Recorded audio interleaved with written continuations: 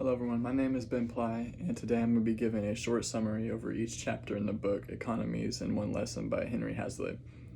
In the first chapter, Henry talks about his opinion and his views on other economists, as well as the overview of the economy book we're about to read.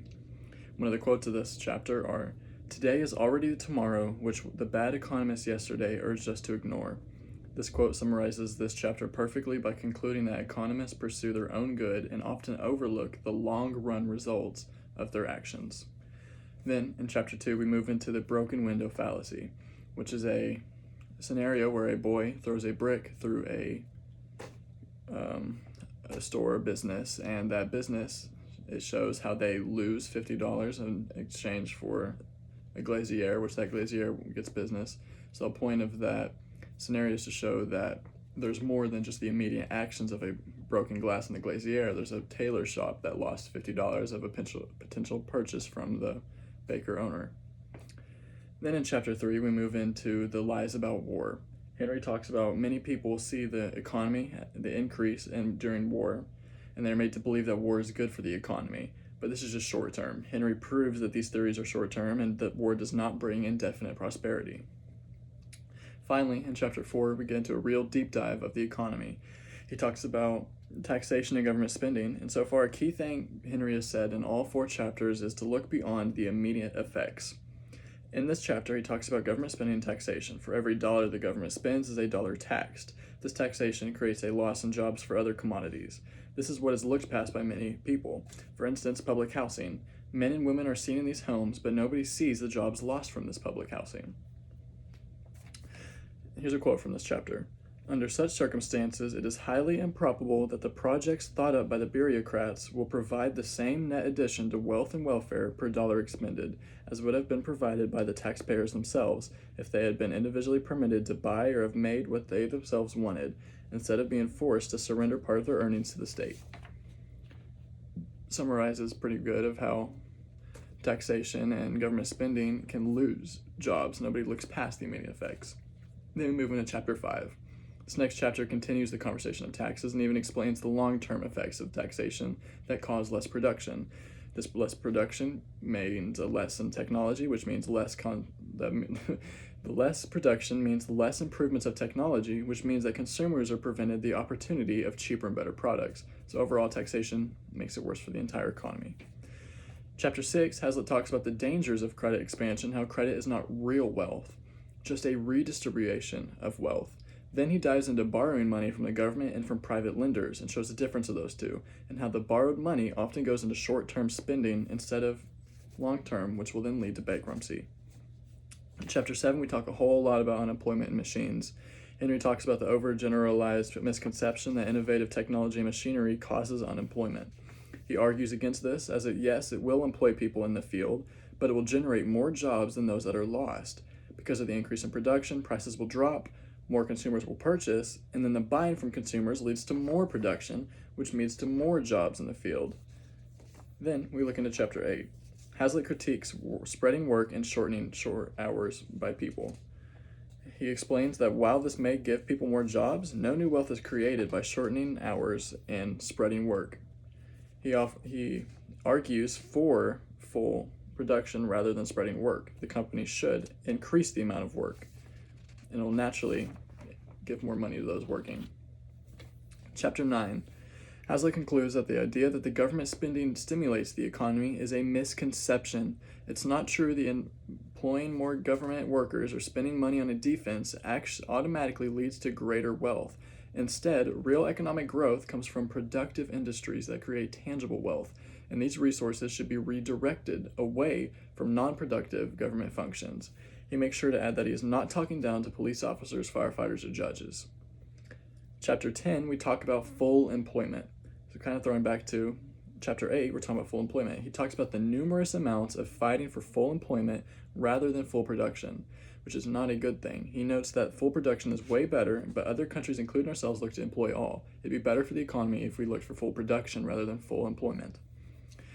Chapter 11, Hazlitt argues that tariffs protect local industries in the short term, but hurt consumers by raising prices and reducing competition.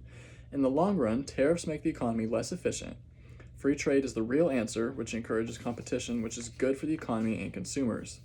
Then in chapter 12, he talks about the belief of exports, being you have to have exports to be successful.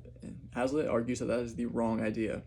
The real goal should be to make the country's economy strong and its people wealthy, not just to send goods abroad. Exports matter, but the focus should be on creating an economy that works well for everyone. The real wealth comes from efficiency and consumption. Then, in chapter 13, Hazlitt is stating that while the intention behind parity prices might be to help farmers, in the long run it does more harm than good. The better solution is to let the market naturally adjust. We then move into chapter 14, where we talk about what Hazlitt talks as X industries. For instance, Hazlitt is saying that trying to save struggling industries through government intervention, like subsidies, tariffs, or bailouts, usually does more harm than good. These interventions can waste resources, prevent innovation, and make things worse in the long run. Instead of trying to protect the X industry, Hazlitt believes we should try to let the market work and allow industries to rise and fall naturally. It's natural, just like the environment. Chapter 15, Hazlitt explains that the price system is a natural way that economies coordinate the production and consumption of goods and services. Prices act as signals that guide businesses and consumers in their decisions, ensuring that resources are used efficiently. The price system works automatically without central planning, and when governments interfere by setting prices or providing subsidies, they distort these signals and cause inefficiencies. By letting prices reflect true market conditions, the economy can function most effectively and provide the goods and services that people need. Then in chapter 16, we talked very widely about stabilizing commodities, but Hazlitt concludes that the price system is the best mechanism to ensure that resources are used efficiently. Government intervention in the market, especially for stabilizing the prices, causes more harm than good. By allowing prices to fluctuate naturally, the market naturally adjusts to changes in supply and demand, leading to better outcomes for everyone in the long run. In chapter 17, we talk about government set prices. Hazlitt argues that whether too high or too low, it messes with the natural workings of the market, causing problems like shortages, surpluses, and inefficiency. He believes the best thing that the government can do is stay out of the way and let supply and demand control prices naturally. And so far, from every chapter, what we've seen is that it is very clear to see that Hazlitt is very, very keen on not messing with the market and letting it flow naturally, kind of like the environment. Chapter 18, Hazlitt mentions that just like other regulations to price on the market, minimum wage has its defects as well.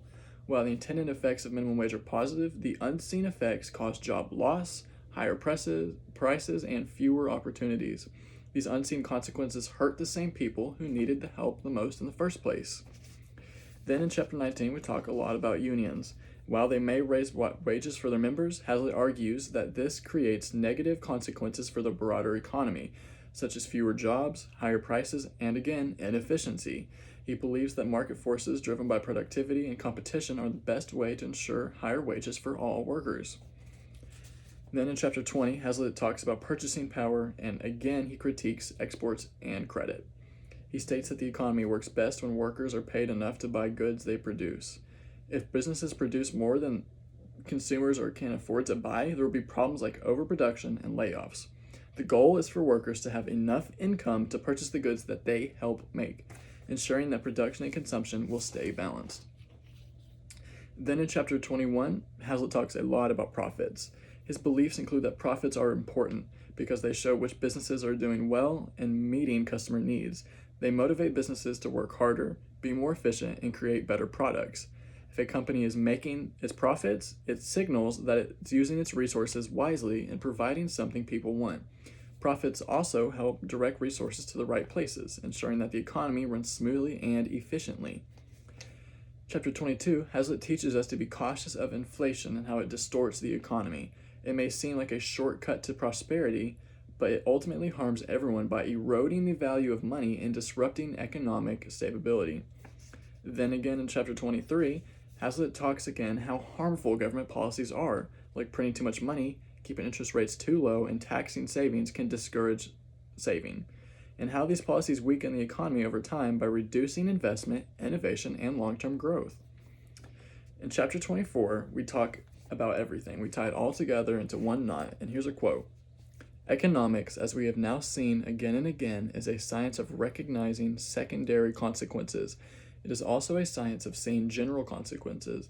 It is the science of tracing the effects of some proposed or existing policy, not only on some special interest in the short run, but on the general interest in the long run. So this shows that this entire book was just an intro to economics and to get us to understand the real, true definition of economics, looking past the first couple results and into the future. Then finally, in our final chapter, 25, Hazlitt suggests other economists and other books to study, and he ends off with the importance of understanding economics and actual intellectual intelligence of the understanding. So thank you all. My name is Ben Ply again.